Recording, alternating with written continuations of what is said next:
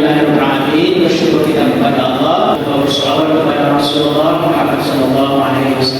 Baik, rekan-rekan mahasiswa-mahasiswi yang dirahmati Allah, bagaimana kabarnya untuk hari ini?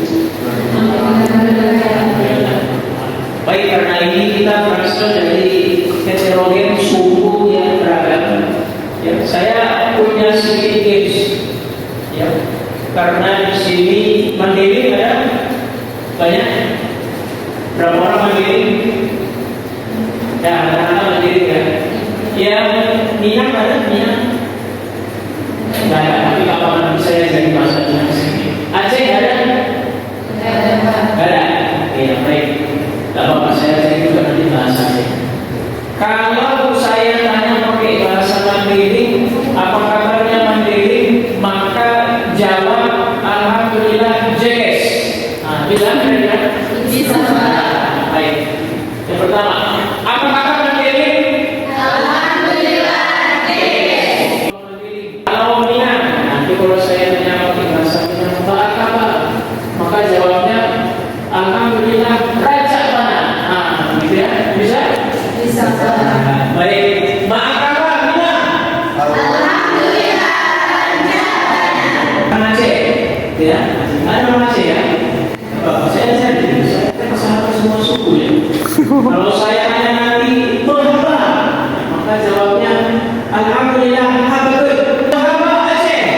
Alhamdulillah Habib. Sebagai motivasi saja, mengingat kita di Indonesia ini terdiri dari berbagai macam ragam suku bahkan agama, jadi kita harus mencintai budaya dan agama kita yang beragam. Itu sebagai semangat untuk menumbuhkan jiwa nasionalisme kita. Baik, kami bersama kita mulai materi kita hari ini untuk pertemuan keempat dengan melafazkan Bismillahirrahmanirrahim. Bismillahirrahmanirrahim. Dan tak lupa agar mendapat keberkahan dari Allah, pertemuan kita hari ini kita mulai dengan doa. Saya tutup dan bisa diikuti bersama-sama. Bismillahirrahmanirrahim. Raditu billahi rabban wa bil islami dinan wa bi Muhammadin nabiyyan wa rasulan Rabbi zidna ilma warzuqna fahma. Baik, mahasiswa sekalian, sebelum mulai coba absensi terlebih dahulu. Siapa saja yang tidak hadir pada hari ini? Hadir semua Pak. Hadir semua. Baik, alhamdulillah rabbil alamin. Baik, rekan mahasiswa sekalian, sebelum materi saya jelaskan secara konkret, saya akan coba sampaikan dulu sedikit tujuan dari pembelajaran terkait materi riba kita pada saat ini. Yang pertama, tujuannya mengapa kalian perlu tahu terkait masalah materi riba ini? Yang pertama, supaya kalian betul-betul bisa memahami secara konkret bahwasanya sejak masa-masa umat terdahulu, agama-agama samawi seperti Yahudi, Nasrani, dan bahkan Islam sebetulnya sudah mutlak memberikan kategori hukum haram kepada praktik ribawi ini, dan semua itu sudah tercantum dalam kitab-kitab agama samawi terdahulu seperti kitab Taurat, kitab Injil, bahkan Al-Quranul Karim. Kemudian yang kedua, tujuan dari materi pembelajaran ini adalah ketika nanti kalian memasuki dunia kerja, kalian kan para akademisi yang berbasis syariah. Mana tahu rezeki kalian bisa nanti lebih mudah untuk bisa diterima di lembaga-lembaga keuangan syariah. Ketika seleksi, kalian sudah bisa jelaskan bahwasanya kalian memang betul-betul paham terkait hukum riba ini. Baik, mungkin saya rasa itu ya terkait tujuan pembelajaran materi riba kita pada kesempatan kali ini. Baik, rekan-rekan mahasiswa sekalian, ini pertemuan kita yang keempat ya untuk mata kuliah hukum perbankan syariah. Hari ini materi kita sangat-sangat penting terkait masalah riba. Sudah pernah dengar sebelumnya apa itu riba? Sudah, bukan riba bahasa materi, riba sudah. Nah itu levelnya ya. Nah baik, riba kalau dalam bahasa Arab, riba itu identik dengan ziyadah. Apa itu maknanya? Tambahan atau bertumbuh dan lain sebagainya. Tapi sini nanti saya tidak akan bicara terlalu dalam terkait masalah hukum secara mendalam. Tapi kita hari ini bicara terkait masalah riba dalam pandangan agama-agama yang masuk kategori samawi. Ya, secara umum orang memahami secara sederhana riba itu artinya tambahan yang dipungut oleh si pemberi pinjaman. Yang mana tambahannya ditetapkan di awal. Ya, tadi dibantu kepada si penerima pinjaman. Namun nanti kita akan masuk ke kategori berikutnya, bahwasanya tak semuanya tambahan pinjaman itu riba. Ya, tak semua tambahan itu dalam kategori pinjaman riba, karena nanti yang berikutnya kalau saya ada beberapa hasil dan sebagainya. Hari ini kita akan bicara terkait masalah riba dalam pandangan agama samawi. Agama samawi itu ada berapa kira-kira? Seringnya samawi itu artinya, maksudnya agama yang langsung diturunkan dari langit. Tiga. Yang pertama apa? Yang lumayan dua, yang Yahudi, yang kedua Nasrani, yang ketiga agama Islam. Kita bicara apa pandangan Yahudi, Nasrani dan Islam terkait masalah riba. Apakah mereka membolehkan atau tidak? Dan ini harus langsung kita telusuri dari kitab sucinya. Baik, yang pertama ada kitab Taurat yang diyakini oleh umat Islam juga sebetulnya, hanya saja diturunkan kepada Nabi. Ayo Pak. Nabi Taurat diturunkan kepada Nabi apa? Nabi Musa alaihissalam. Ya, yang pertama itu pengikutnya adalah orang-orang Yahudi. Mari kita baca isi kitab Taurat orang Yahudi. Ini kitab Imamat, ya, surah Imamat kalau bahasa kita dalam kitab suci Al-Quran menyatakan bahwasanya di sana Allah berfirman, janganlah engkau mengambil bunga. Ini sudah jelas. Bunga atau uang atau riba darinya, melainkan engkau harus takut akan Allahmu. Artinya orang Yahudi kita Tuhannya Allah. Ya, termasuk sekarang bagi Bani Israel. Orang-orang Israel yang menjajah Palestina, mereka juga Tuhannya Allah. Hanya saja mereka menyebutnya Yehovah dan lain sebagainya. Intinya Tuhan mereka Allah. Kenapa? Karena mereka juga meyakini bahwasanya kita orang itu diturunkan oleh Tuhan Allah Subhanahu wa Ta'ala. Nah, janganlah engkau mengambil bunga uang atau riba darinya, melainkan engkau harus takut akan Allahmu. Kalau mereka bahasanya sangat spesifik, larangan langsung dari Tuhannya, yaitu Allah Subhanahu wa Ta'ala. Intinya agama Yahudi juga melarang praktik ribanya itu. Pertama, walaupun orang Yahudi atau orang Israel sampai sekarang bisa dipastikan mereka nggak punya bank syariah. Ya, semua bank mereka justru mematokkan prinsip-prinsip bunga sebagaimana lainnya berlaku konvensional. Nah, yang kedua, kita langsung kepada kitabnya umat Nasrani Injil. Ya. Nah, kita baca dalam pasal Lukas ayat 34 sampai 35. Dan jika kamu meminjamkan sesuatu kepada orang, karena kamu berharap akan menerima sesuatu daripadanya, apa jasamu? Orang berdosa itu meminjamkan kepada orang yang berdosa supaya mereka menerima kembali sama banyak. Tetapi kasihilah musuhmu dan berbuat baiklah kepada mereka, pinjamkanlah dengan tidak mengharap balasan. Nah, ini sudah jelas terang sekali bahwasanya umat Nasrani pun ternyata teori kasus mereka sudah lama dilarang untuk melakukan praktek ribawi. Sekali lagi, walaupun pada saat ini mereka belum punya atau belum berhasil mendirikan bank yang sifatnya anti riba. Ya. Nah, baik, itu yang kedua, yang sudah jelas ya bahwasanya Nasrani dalam kitab Injil mereka pun menentang praktek riba. Nah, lalu bagaimana dengan kitab suci Al-Quran? Nah, dengan tahunya kitab suci Al-Quran juga punya dana yang sama-sama mengharapkan riba, tetapi ada tahapannya. Ya, tidak sebagaimana yang disampaikan dalam kitab suci atau yang lain tadi.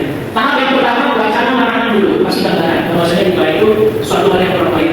Yang kedua nanti ada gambaran dampak hukum ribanya supaya mengarah kepada efek. Yang ketiga larangan mulai diberlakukan, larangan mulai diberlakukan. Dan yang terakhir baru konsekuensi yang sama. Mari kita saksikan tahap demi tahap. Yang pertama, wacana larangan dalam surah An-Nur ayat 39, di mana Allah Subhanahu wa Ta'ala berfirman, dan riba yang kamu berikan agar dia bertambah pada harta manusia, maka riba itu tidak menambah pada sisi Allah. Dan amal yang kamu berikan berupa zakat yang kamu maksudkan untuk mencapai ridho Allah, maka berbuat demikian itu akan berlipat gandakan pahalanya. Nah, ini belum terlihat memang Allah mengharapkan riba. Hanya saja Allah memberikan gambaran wacana bahwasanya ada kemungkinan ke depan riba itu atau praktik bunga itu akan dilarang. Masuk pada tahap yang kedua, Allah sudah mulai kasih gambaran bahwasanya riba itu punya dampak yang tidak baik. Surah An-Nisa ayat 160 sampai 161. Karena kezaliman orang-orang Yahudi, kami harapkan bagi mereka makanan yang baik-baik yang dahulu pernah dihalalkan.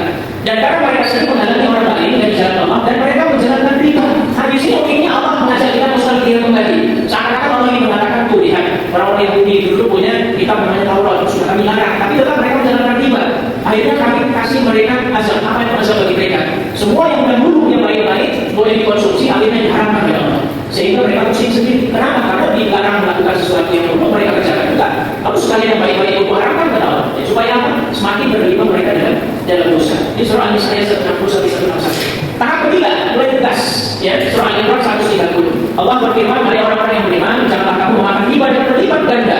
Bertakwalah kamu kepada Allah supaya kamu mendapat keuntungan." Sudah jelas, janganlah kamu memakan riba. Artinya ini sudah muncul mutlak larangan bagi umat Islam. Nah, yang terakhir, karena umat Islam ini karena tidak hanya perlu dilarang, tapi harus dikasih gambaran efek ancamannya supaya takut dalam menjalankan apa yang sudah Allah larang. Surah Al-Baqarah 278 sampai 279. Yang pertama dimulai dari ayat yang ke-25-nya.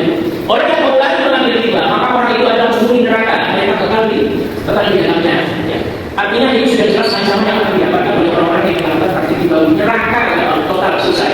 Artinya siapa yang terlibat dalam bisnis ribawi, maka tempatnya di neraka. Surah Al-Baqarah 278 279. Wahai orang yang beriman, bertakwa kepada Allah, tinggalkan sisa riba. Dan yang belum dipungut jika kamu orang beriman. Jika kamu tidak melaksanakannya, maka umumlah perang dari Allah dan Rasulnya. Ini sudah jelas. Tidak hanya ancaman di akhirat, tapi di dunia juga kata Allah. Siapa yang berani melakukan praktek riba, maka dia harus siap-siap berani melakukan perang kepada Allah dan Rasul. Kemudian berani perang sama Allah di sini. Ada? Oh, berani sama Amerika. Tidak pernah perang. Apalagi sama Allah. Artinya sudah mulai muncul ancaman yang luar biasa dari Allah Subhanahu wa Ta'ala. Sekaligus ini juga sebagai konsekuensi simpulan yang bisa dikatakan bahwasanya semua agama itu melarang praktik ribawi. Baik, rekan-rekan mahasiswa-mahasiswi kami sekalian, kami rasa untuk materi hari ini kita cukupkan sejenak beberapa menit ke depan. Sebelum nanti kita buka sesi tanya jawab. Baik, kita langsung buka sesi tanya jawab. Kira-kira yang mau bertanya? Oke, siapa namanya? Fadilah. Baik, Fadilah. Apa kira-kira pertanyaannya?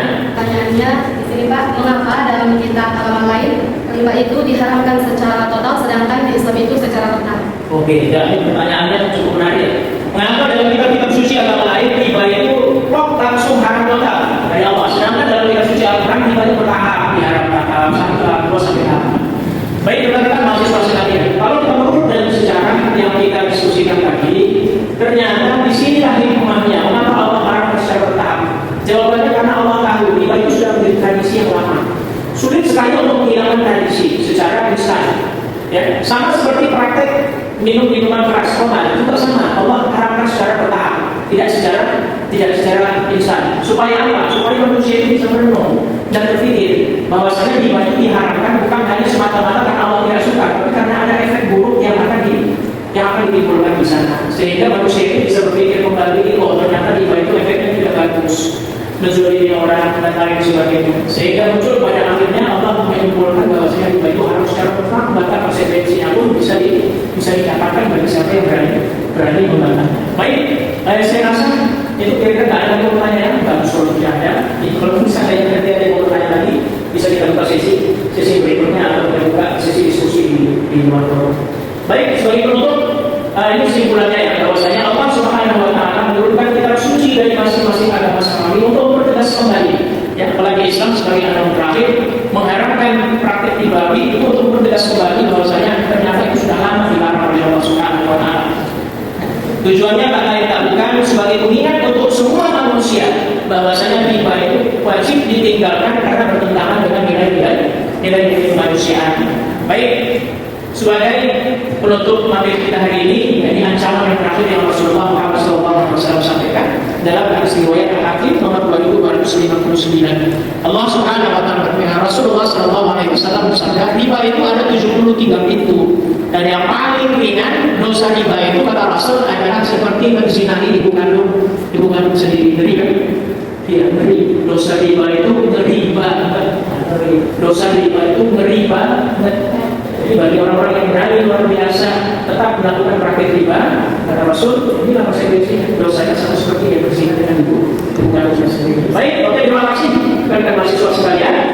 Alhamdulillah karena ini juga semua hadir ya, ada yang hadir, semangat luar biasa.